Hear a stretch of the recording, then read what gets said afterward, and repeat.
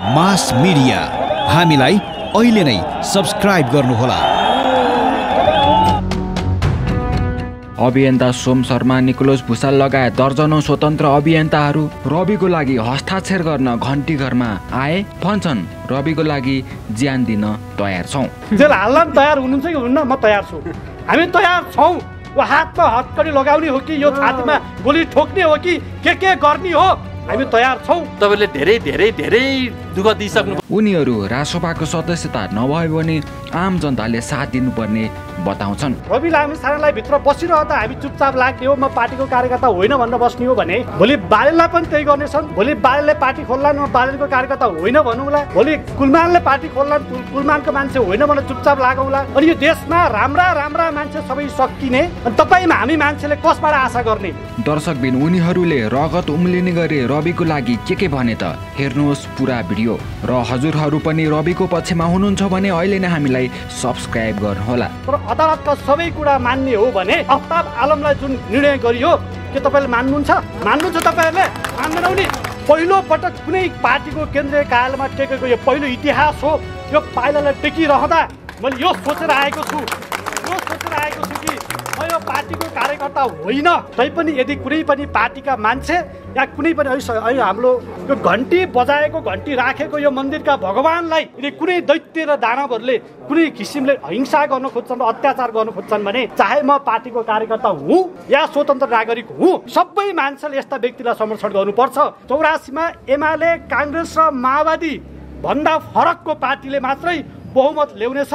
एमालेको 10 सिट, काङ्ग्रेसको 20 सिट, माओवादीको त 5-6 सिटमा खुम्चिने छ र अरू नयाँ शक्तिहरू एकै ठाउँमा आएर दुई तिहाई त म भन्दिनँ, बहुमतको साथमा सबै नयाँ नयाँ मान्छेको प्रधानमन्त्री बन्नेछ, नयाँ प्रधानमन्त्री पाउनेछ र यो देशको पहिलो प्रधानमन्त्री रवि दाइलाई जेलबाट निकालेर रविलाई बनाउने हो। जुन तरिकाले यिनीहरू प्रतिशोध चाहेको छ नि त, यो ठुलो चुनौती हो भने 84 भनेको हामीलाई ठुलो अवसर हो। एउटै मान्छेलाई मात्र बारम्बार जसले सहकारीमा इन्भल्भै छैन उक्त मान्छेलाई लिएर यस्तरी नराम्ररी गर्यो कि अब सायद मर्ने बेलामा अलिकति जोस आउँछ भने जस्तै यो पुराना नेताहरूको। कुनै पार्टीको सदस्यता भएर होइन, केवल स्वतन्त्र नागरिक भएर यस्ता मान्छे बस्नुपर्छ।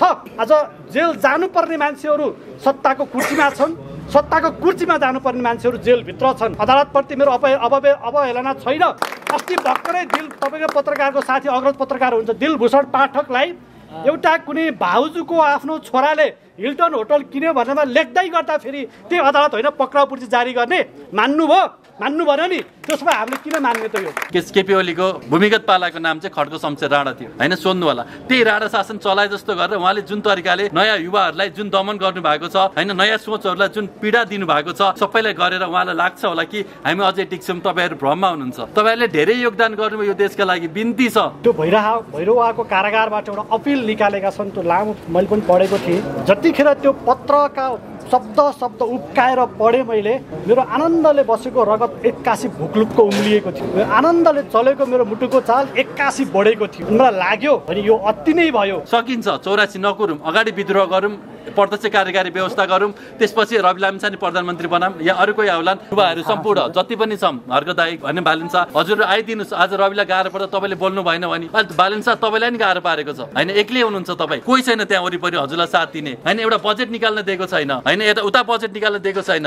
तपाईँ कहाँ जाने हो भोलि? जनता त यिनै हो, युवा त हामी नै हो होइन, हामी जस्तै सबै युवा त हो नि होइन। र हामी सबैले चाहेको त नेपालमा नयाँ आइदियोस्, राम्रो आइदियोस्, सोच भएको आइदियोस्। हजुरको पनि सोच राम्रो, तर यो बेलामा चुप बस्नु हुँदैन। रविलाई साथ चाहेको छ, हजुर नै यहाँ आउनुहोस्, हस्ताक्षर गरिदिनु, साथ दिनुहोस् हजुरले। आज यस्तै व्यक्तिहरू जो देश बनाउन आएका छन्, ती व्यक्तिहरू भइरहेको कारागारभित्र बसिरहने हो। अनि यो जसले यो देशलाई दोहन गरिरहेका छन् ती चाहिँ यो सत्ताको चाबी सम्हाल्दा प्रधानमन्त्री मन्त्रीको पदमा बसिरहने हो भने तपाईँ हामीले सोचेको जस्तो देश पहिले पनि बन्दैन, न अहिले बन्छ न भोलि बन्छ। रवि दाइ भनेको त एउटा देशको आशा भरोसा हो नि त होइन। एउटा अमेरिका छोडेर यहाँ आएर यति गरिसके पछाडि अब यहाँ आएर के गर्छु यो देशमा बनाउँछु भन्दाखेरि जुन तरिकाले उहाँलाई जसरी पनि थुन्नुपर्छ, बालेनले एक्लै बनाउनु पर्छ, हर्कलाई पनि एक्लै बनाउनु पर्छ, कुलमानलाई निकाल्नु पर्छ होइन।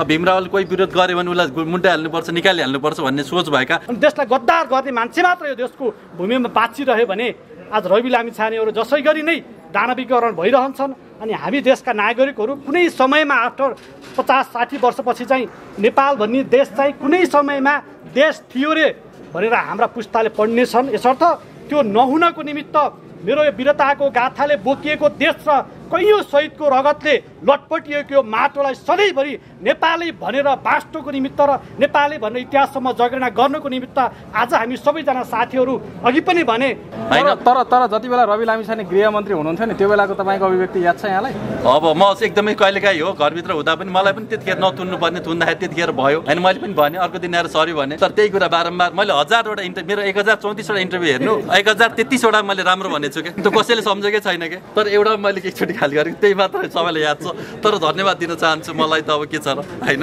त्यतिखेर चाहिँ अलिकति अब मलाई नतुर्नु पर्ने दाइ गृहमन्त्री हुनुहुन्थ्यो दुःख लाग्यो होइन पीडा बोकियो अनि तपाईँले कसैलाई ठग बनेर हुन्छ कसैलाई के बनेर हुन्छ कसैलाई यिनीहरूको पनि आफ्ना 12 भाइ मिडियादेखि लिएर सबै प्रयोग गरेर के सकिन्छ न्यायालयदेखि होइन उदेखि लिएर भए जति सबै प्रयोग गरेर ओरेर सबैलाई एक्लै बनाउने अब यिनीहरूको एउटा मात्र योजना के छ भन्दाखेरि चाहिँ यो पुराना पार्टीहरूको अन्तिममा भन्नु पर्दाखेरि अब नयाँहरूलाई लडाउने र पुरानाहरू चाहिँ एक्लै आफू आउने आफ्नो एउटा विरासत जोगाउने अन्तिम प्रयास हो यो हुन दिनु हुँदैन अहिले हामी 84 मा एक डिक्का भयौँ देशभित्र देश बाहिर सम्पूर्ण नेपालका कुना कुनामा एक डिक्का भएर होइन म बन्नु परेन फरक परेन होइन तर मेरो देश बन्नै पर्छ हामी एकजुट हुनै पर्छ मेन कुरा के हो भन्दाखेरि हामीले जमानादेखि देखेको कुरा हो कांग्रेस एमाले माओवादी मिलेर सबै मिलेर खाइरहेथे देशमा डुबाइरहेथे युवाहरू बेचिरहेथे देश संसारकै वान अफ द धेरै भ्रष्टाचार हुने गरिब देश मध्ये बनाइसकेका थिए यो अवस्थामा अलिकति यो बालन शाहदेखि रवि लामिछाने अलिकति युवाहरू आइसके पछाडि चाहिँ यिनीहरू झस्किन थाले र रवि लामिछानेले राष्ट्रिय स्वतन्त्र पार्टी देशभरि भएर र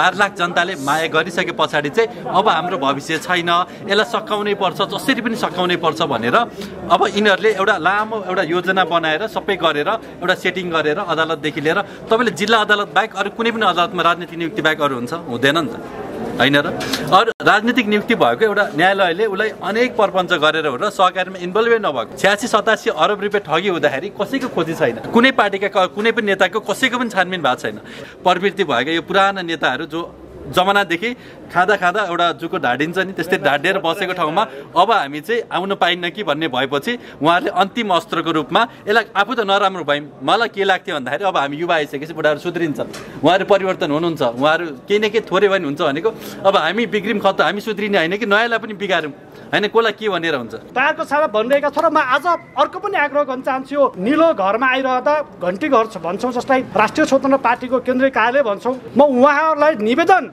विनम्रपूर्वक निवेदन गर्न चाहन्छु तपाईको राष्ट्रिय स्वतन्त्र पार्टी भित्र तपाईको परिवारभित्र अब केवल रवि लामिछाने मात्र हटाउनु हुँदैन तपाईलाई जानुस् बहस गर्नुस् छलफल गर्नुस् बालन शाहसँग बहस गर्नुस् छलफल गर्नुस् कुलमान घिसिङसँग जानुस् को मान्छे यो देशलाई बचाउनु जहाँ देशभक्ति भावनाबाट ओतप्रोत भएका छन् सबसँग जानुस् यदि त्यतिखेर मैले त हुन त अस्ति सोडिम वागले कुरा पनि सुनेको थिएँ त्यतिखेर यदि तपाईको आफ्नो पदलाई तिलाञ्जली दिएर ती मान्छेहरू यो पार्टीमा भित्रन्छन् र ती सबैजना एकता एक ठाउँमा उभिने र संयन्त्र निर्माण हुन सक्छ भने तपाईँ सबैजना अन्तिम त्याग गर्न पनि तयार हुनुपर्छ यो पनि केही पार्टीको केन्द्रीय कार्यालयमा अनुरोध गर्न चाहन्छु यो अनुरोधलाई उहाँहरूले मान्नुहुन्छ र 84 मा बालेलाई काठमाडौँ महानगरपालिकाबाट निकालेर बालेलाई बनाउने हो या कुलमान घिसिङलाई नेपाल विद्युत प्राधिकरणबाट निस्किसक्नु भएको छ उहाँलाई बनाउने हो यो तपाईँ हामी सबै सोच्न आवश्यक छ हामीले भन्दा पनि बढी जिम्मेवार चाहिँ राष्ट्रिय स्वतन्त्र पार्टीको कार्यालय र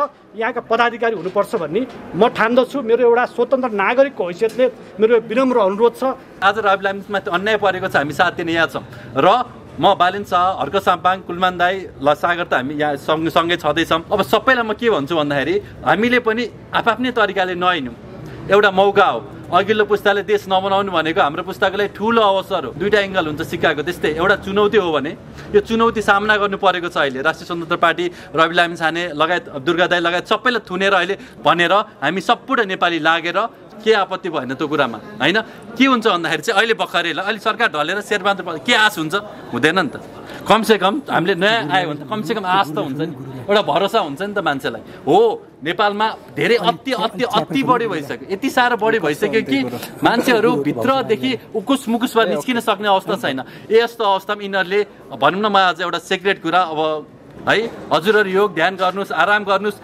एकदमै अति बढी भइसक्यो हेर्नुहोस् त संसार कहाँ पुगिसक्यो हैन कुन जुनीमा छौँ कुन उसमा छौँ मान्छेले भन्छ बिगार्न यिनीहरूलाई किन लड्दैनस् भनेर मलाई सोधिरहेको हुन्छन् कि लड्नै पर्यो बिगार्नै पर्यो भने त गाह्रो के छ छैन नि त युद्ध कस्तो हुन्छ इजरायल इरानबाट थाहा भयो नि त गाह्रो छैन कि बिगार्न तर सकेसम्म अब तपाईँहरूले पनि शान्तिको बाटो हिँड्यौँ बुद्धको बाटो हिँड्यौँ आराम गर्नुहोस् हजुरहरू 3जना बिन्ती छ है अब जनतालाई हैन धेरै नै यो देशलाई बर्बाद गरिसक्नुभयो बिन्ती छ अब चाहिँ धेरै बर्बादीतिर नलैदिनुस् अनि